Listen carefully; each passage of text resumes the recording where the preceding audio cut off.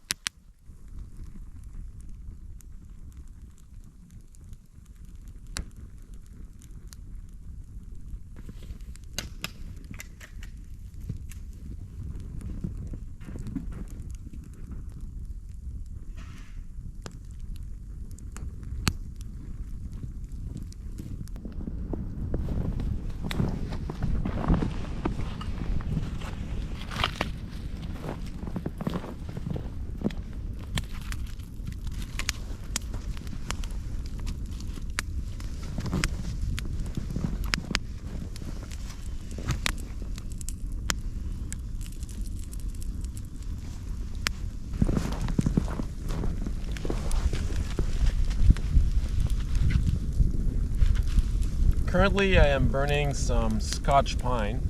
Scotch pine is easy to recognize with its color. Obviously we don't have the needles and the needles grouping to determine the type of pine, but if you look at the color, it's very particular to Scotch pine, which again is like that Scotch whiskey color.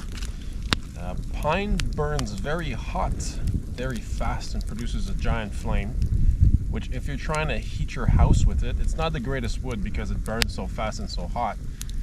And sometimes it's not a complete burn. It can create some creosote versus a hardwood that has a slower burn and tends to have a more complete burn that produces less creosote for your chimney.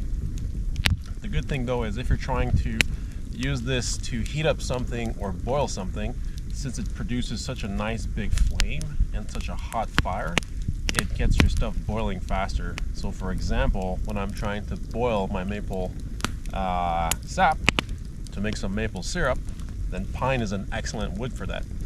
But once we go towards the external boiler for the future house system, not the greatest wood, but again, we have a ton of it and it's free. Hardwood is better, but I can't say no to free wood. And this Scotch pine is the first tree I ever cut down on the property. It's hard to see, maybe you can see it, but there's a lot of bug holes.